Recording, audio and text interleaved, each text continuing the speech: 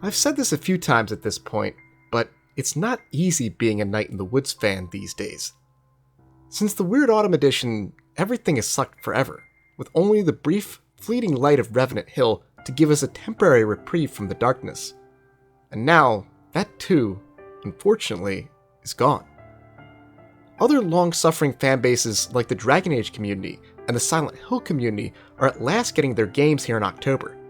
But for those of us who long to return to Possum Springs, we'll have to wait for fan games like Love in the Woods to drop, or hope for something along the lines of a 10-year remaster. I'm going to keep my fingers crossed on that one. As hard as it is to believe, we're not that far away from the decade mark. When you have a fan base that coalesces around a cult classic like Night in the Woods, one of the most important things a community can do to ensure that the game lives on is to preserve content wherever and whenever possible. The internet is forever, we all know that, but media often isn't. It can get lost or buried, to the point where it becomes almost impossible to find. Scour the Night in the Woods Reddit page, and it won't take you long to find people looking for lost media, like the behind-the-scenes details that Scott Benson shared on his now-defunct Curious Cat page, or a trailer that opened with Lori M and brought attention to many of the deeper and more mature aspects of the game, but has since been lost. Or my personal holy grail, the no longer playable demo.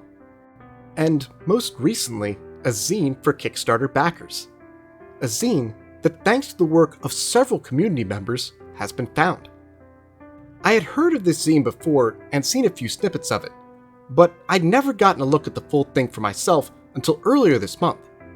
It was brought to my attention by a few sources. First, the aforementioned Reddit page, but also Groovy Jigsaw, who emailed me about the discovery, and Julian Gill 7055, who commented about it on one of my weekly update posts. All three led back to Reddit user Irma the Shepherd, who, inspired by this tweet from Twitter user ModusOp853355251, led something of a campaign to find the images, an effort that fortunately was successful, allowing her to analyze them in this tremendous post, which we'll be diving into in greater detail in a few minutes here. Now, let's talk about what exactly this backer zine is, and then get into the content itself. As mentioned, this is a zine for Kickstarter backers, meaning that it was designed by Scott Benson, collaborators, and friends of his who helped with some of the game's early ideas and concept art. The names of all contributing artists can be found here in the table of contents. Only a few copies of this zine were ever sent out, which explains why it spent so much time as lost media. In terms of the content itself, there's 2 essays written by May, which come directly from Benson himself. These, we can comfortably say, should be considered canon material. Both include some handwritten notes from one of May's teachers.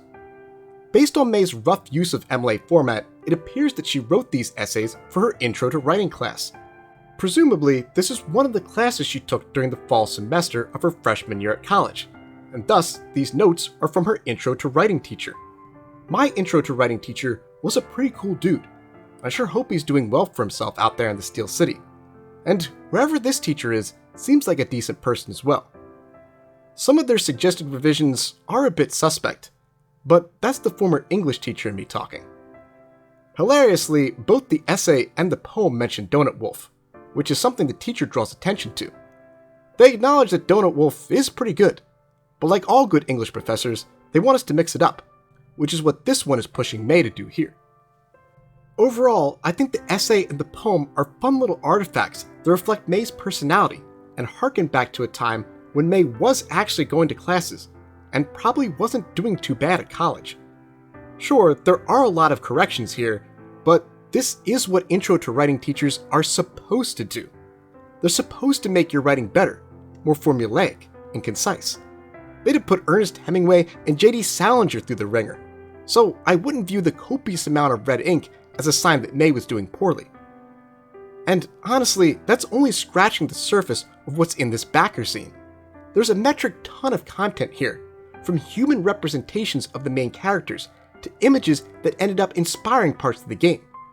Considering the zine was being worked on back in 2014 and the game didn't drop until 2017, it's a really interesting look at the early development of Night in the Woods. For a thorough look at the lore implications of the Backer Zine, analysis of the comics, and the timeline of its creation, I highly recommend checking out the Reddit post by Irma the Shepherd. She does an excellent job of breaking it all down. She's got citations to various articles, Tumblr pages, and other videos, and concludes her post with a really fascinating observation about the Black Goat, which makes an appearance at the end of the zine. So please, folks, if you're a fan of all things Night in the Woods, and if you're still watching this, then surely you are, you should definitely pop over to Reddit and give it a read and an upvote. Honestly, watching the community celebrate finding this long-lost media has been a real joy for me. Revenant Hill met its end almost a year ago, and though my Night in the Woods videos will continue long after my character analysis series is done, it's a shame that the community's prospects for a return to Possum Springs are so bleak. It hasn't dampened my interest in being a standard bearer for Night in the Woods fans for years to come, but it has made me dip the colors ever so slightly. But if we can find this lost zine after all these years, then maybe, just maybe, there's reason to hope that someday we'll get to see May in a brand new adventure.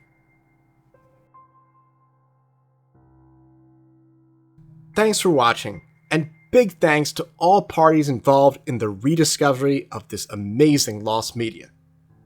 Huge shout out to Wolf.Godwin and Jordi Jaen Moreno, who provided the music for these videos and the art for my channel. To check out both of these incredibly talented artists, just follow the links down below in the description box.